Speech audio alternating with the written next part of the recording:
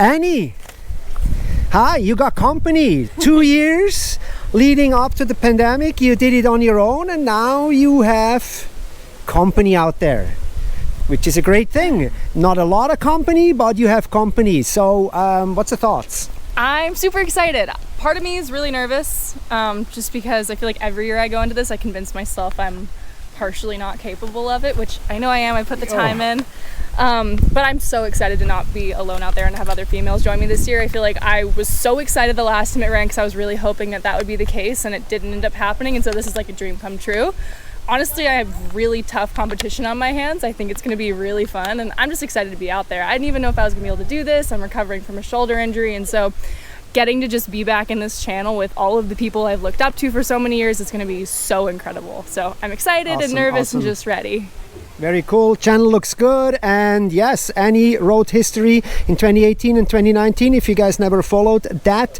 And now we have Olivia Piana is joining the ranks. We have some legendary people. Andrea, by the way, on her 45th crossing. She's incredible, yeah. She told me the other day. How amazing is that? She's always been my hero, from big wave surfing to paddling this channel and out of foiling it. I think like every sport that I do, I look up to her in it. So it's so cool. I'm so glad that we get to do this race together and just share that channel experience, because in Maui to Molokai, we've always had these really special moments of us like foiling together, and I hope we can continue that trend.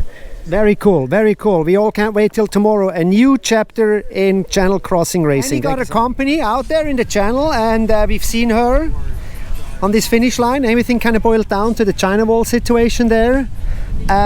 So yeah, just real quick, how's your feelings about that? I feel pretty good. I feel partially broken right now physically, but I actually feel better than I thought I would.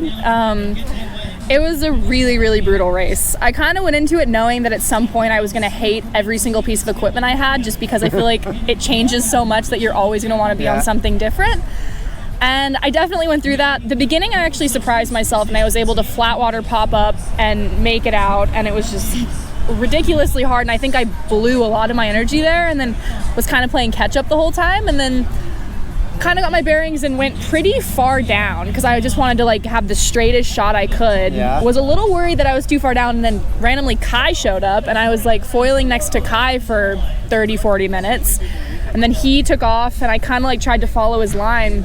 But I think everybody else went up super north, and so I like was completely alone other than seeing Kai the entire race until the very end. And I think Olivia and I were kind of like coming at it from different angles, but like ended up hitting China wall around the same time, and then she came down and I was able to foil and keep going until about the wave. And I like tried to catch. What happened there? We thought like, okay, now she's going way in, and then boom, all of a sudden you were down. What happened there?